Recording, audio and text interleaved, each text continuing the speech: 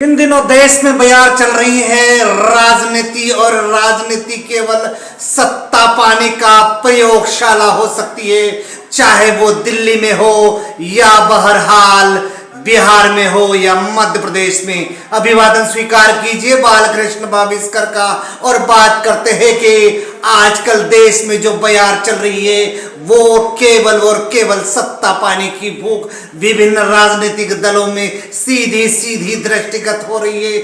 और बात करते हैं मध्य प्रदेश की। जी हाँ, मध्य प्रदेश में 2023 के दिसंबर में बहुत बड़ा परिवर्तन हुआ, और उस परिवर्तन का नाम है विधानसभा। जी हाँ, मध्य प्रदेश में विधानसभा के चुनाव संपन्न नहीं हुए कि लोकसभा दहलीज पर खड़ा है, और अप्रैल माह में लगभग चुनाव होने की संभावनाएं व्यक्त की जा रही है राजनीति में। अब बात करते हैं कि आखिर राजनीति केवल सत्ता पाने का एक माध्यम हो गया है या अथवा जन सेवा हो गया है। इन्हीं विषय पर विश्लेषण करने के लिए आया है मुख्य नायक आपके बीच में। और यदि बात करें 2023 के विधानसभा के चुनाव में, और वो भी मध्य प्रदेश के संदर्भ में, तो मध्य प्रदेश में यदि भारतीय जनता पार्टी के बारे में चर्चा की जाए तो भारतीय जनता पार्टी ने चुनाव जीतने के लिए, यानी कि विधानसभा चुनाव 2023 में जीत प्राप्त करने के लिए उन्होंने पुराने और कद्दावर नेता जो वयोवृद्ध हो चुके हैं उनको भी जंगे मैदान में उतारने का काम किया था। परिणाम स्वरूप ऐसे लोग थे जो कई बार के मंत्री और कई बार के विधायक थे, और वयोवृद्ध होने के बावजूद भी हार की आशंका से भारतीय जनता पार्टी ने मध्य प्रदेश विधानसभा में बड़े चेहरों को उतारा।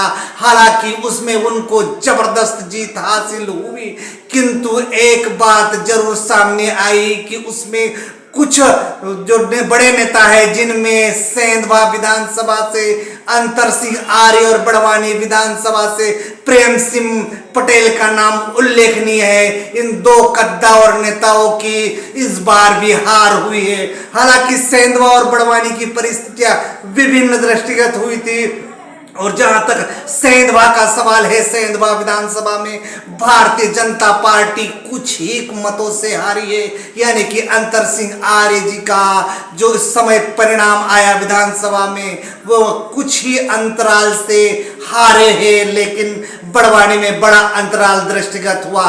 बहरहाल हम बात करते हैं कि ये जो फार्मूला भारतीय जनता पार्टी ने मध्य प्रदेश के संदर्भ में लागू किया, उनको जीत मिली, और मध्य प्रदेश के इतिहास में 164 सीटें जीत कर उन्होंने फिर सत्ता प्राप्त कर ली है। और जो 18 वर्ष से जो मुख्यमंत्री शिवराज सिंह चौहान मध्य प्रदेश में काबिज थे, हालांकि हाईकमान और मंत्रणा के पश्चात उन्हें पद से मुक्त कर दिया गया, किंतु भारतीय जनता पार्टी की सरकार मध्य प्रदेश में बरकरार है और इसी फार्मूले पर चल पड़ी है। इस देश की सबसे पुरानी पार्टी राष्ट्रीय कांग्रेस पार्टी, जो 1885 से अनवरत राजनीति के क्षेत्र में प्रयोग किए जा रही है। हालांकि उस दौरान जब पार्टी बनी थी तब उसका कोई एक अलग मिशन होता था, किंतु जब वो पार्टी राजनीतिक रूप से पूर्णतः भारत में काम करने लगी तो उन्होंने भी नवाचार किया। हालांकि विधानसभा चुनाव में जो पार्टी की करारी हार हुई है कांग्रेस में, उससे कुछ फार्मूला लेते हुए कांग्रेस पार्टी ने भी नवाचार करने का मन बना लिया है। और जो राजनीतिक विश्लेषकों के हवाले से मुख्य नायक आपको बताने जा रहा है कि कांग्रेस पार्टी भारतीय जनता पार्टी की तर्ज पर मध्य प्रदेश में नवाचार करने जा रही है, नया प्रयोग की जा रही है, यानी कि राजनीति का मकसद केवल सत्ता पाना हो सकता है। ये इस बात से भी हमको पुख्ता जानकारी मिल सकती है। बहरहाल हम मुख्य बिंदु पर आते हैं और बताते हैं कि मध्य प्रदेश में कांग्रेस पार्टी इस बार बड़े और कद्दावर नेताओं को लोकसभा में उतारने की पूरी तैयारी में है। और जहां तक विश्वसनीय सूत्रों से प्राप्त जानकारी हो रही कि मध्य प्रदेश के दो पूर्व मुख्यमंत्री जो एक अपने अलग अंदाज से जाने जाते थे, उसमें है दिग्विजय सिंह। जी हाँ, दिग्विजय सिंह हमेशा मीडिया में सुर्खियों में रहने वाले ऐसे व्यक्तित्व है, उनको भी शायद भोपाल अथवा राजगढ़ से जंगे मैदान में उतारा जा सकता है लोकसभा चुनावों के मद्देनजर। उसी प्रकार पूर्व मुख्यमंत्री भले ही वे 18 माह के लिए मध्य प्रदेश की कमान उनके हाथ में आई थी, लेकिन तजुर्बा है और लोकसभा के सबसे अधिक बार सांसद रहने का रिकॉर्ड है। और विधानसभा चुनाव के संदर्भ में भी यदि बात की जाए तो छिंदवाड़ा जिले की जो 7 विधानसभा है उसमें कमलनाथ ने कमल को नहीं खिलने दिया और पंजे को बरकरार रखने का काम किया है। इसलिए पार्टी हाईकमान ने शायद कमलनाथ पर भी मोहर लगाने का काम किया है और दावा किया जा रहा है कि कमलनाथ को लोकसभा चुनाव में फिर से उतारने की तैयारियां है कांग्रेस पार्टी की। और उसी संदर्भ में यदि आदिवासी बड़े नेता की बात की जाए तो झाबुआ से कांतिलाल भूरिया के नाम को नजरअंदाज नहीं किया जा सकता है।